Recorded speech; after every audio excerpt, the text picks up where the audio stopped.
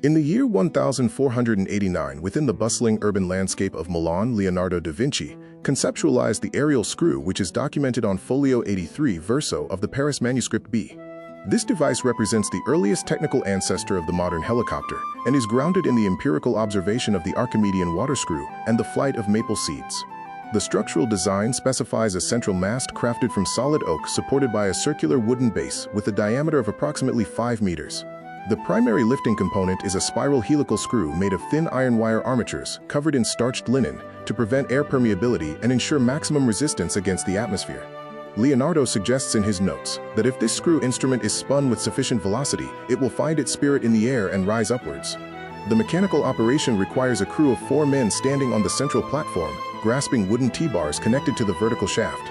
They must sprint in a circular motion to rotate the mast at high speed.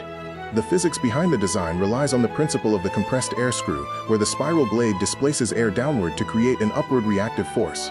Leonardo meticulously detailed the use of reeds and lightweight timber to reduce the overall mass of the structure, while maintaining the rigidity necessary to withstand centrifugal forces. He spent months studying the viscosity of air at the base of the Alps, concluding that the atmosphere behaves like a fluid, which can be gripped by a rotating surface.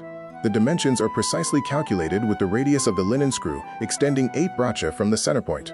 Every seam in the fabric is reinforced with flat copper rings and lubricated with a mixture of animal fat and crushed graphite to reduce mechanical drag on the central pivot. While the lack of a lightweight high-torque engine made actual flight impossible, with human muscle alone, the mathematical foundation for vertical takeoff was soundly established in these Milanese workshops. This invention demonstrates Leonardo's transition from artistic imitation of nature to the rigorous application of mechanical physics and fluid dynamics. The aerial screw stands as a testament to the belief that the hidden laws of geometry could eventually conquer the vertical dimension of the world. He recorded these findings using iron gall ink on vellum, ensuring that the specifications for the pitch of the blade and the tension of the support wires were preserved for future generations of engineers who would eventually realize the potential of vertical lift. The technical evolution of the aerial screw transitioned into a detailed study of the transmission of power through a sequence of wooden gears and heavy flywheels intended to maintain rotational inertia during the climb. Leonardo recognized the significant problem of torque reaction, where the base of the machine would rotate in the opposite direction of the spiral screw, and he proposed using a series of tethering ropes or a secondary counter-rotating blade to achieve stabilization. This specific insight predated the modern tail rotor by nearly 5 centuries.